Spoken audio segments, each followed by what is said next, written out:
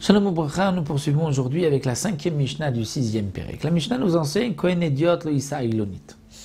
Un Kohen Idiot n'a pas le droit de se marier avec une Ailonite. Qu'est-ce que c'est une Ailonite? Une Ailonite, c'est une femme qui est stérile, qui ne peut pas avoir d'enfant.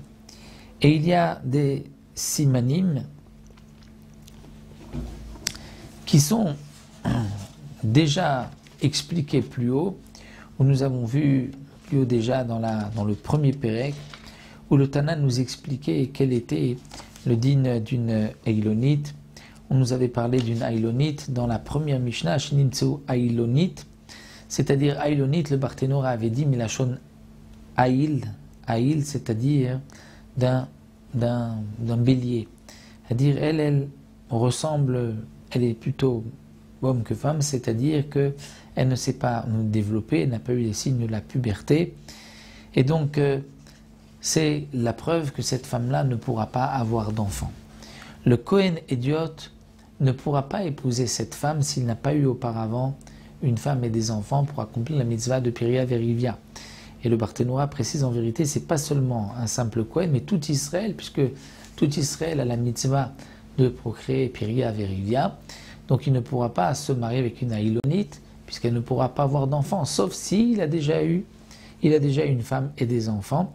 Et donc là, il a déjà accompli la mitzvah. Donc le Tana nous l'enseigne à propos du Kohen Idiot, parce que dans le Kohen Idiot, nous allons voir une marloquette avec Rabbi Yehuda. Donc un simple Israël ne peut se marier avec une Ailonite que s'il a déjà eu une femme et des enfants.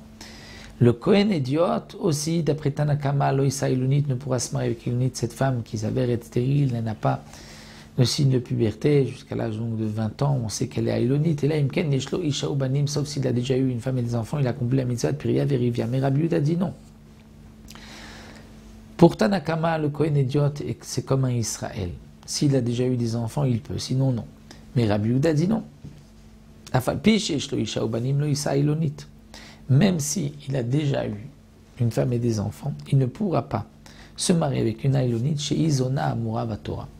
Parce que comme nous l'avons vu, la Torah interdit un simple Kohen la zona. La zona, ce n'est pas la prostituée comme on traduit, mais une femme qui a eu une relation interdite. Et pour Rabbi Yehuda, la Ailonite rentre aussi dans le cadre de la zona, étant donné qu'elle ne peut pas avoir d'enfant. Mais les Chachamim ne sont pas d'accord. Chamou, non.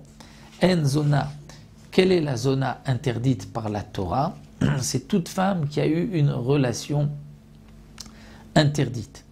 Et donc, nous disent les Chachamim, cette femme interdite par la Torah au simple Kohen, ce n'est que Guilloret ou Meshucheret, c'est-à-dire une convertie ou une servante qui a été libérée, puisqu'on considère que lorsqu'elles n'étaient pas encore juives, elles ont certainement eu une relation, et donc elles ont eu déjà un statut de zona et elles sont interdites dorénavant à un Kohen. De même, de même si une femme a eu une relation qui lui est interdite, donc ici pas Beilat Znout dans le sens d'une prostituée, mais dans le sens qu'il y a une relation interdite par un lave de la Torah, ou un chiyuv asé, chiyuv karet, mitat beddin, et même si une femme a une relation avec un non-juif, elle a ensuite l'interdiction de se marier avec un Kohen. Donc ici, à travers le din de la Ailonite, que Rabbi Yehuda considère qu'elle est aussi, fait partie de la zone interdite par la Torah, le Tana nous a enseigné quelle est la femme interdite à un Kohen. Donc toute femme qui a une relation avec un non-juif, toute femme qui a une relation qui est interdite par la Torah, par un chiyuv mita, une transgression, chiyuv karet, chiyuv mita ou un lave, elle est dorénavant interdite à un Kohen. Et de même pour une convertie ou une servante qui a été libérée, après l'âge de 3 ans et midi rabanan même avant, comme c'est rapporté. Donc, il y a une interdiction de se marier avec un Kohen. Voilà, nous arrêtons ici. Et dans la 6e Mishnah, nous verrons combien d'enfants il faut avoir pour accomplir la mitzvah de Piria Verivia.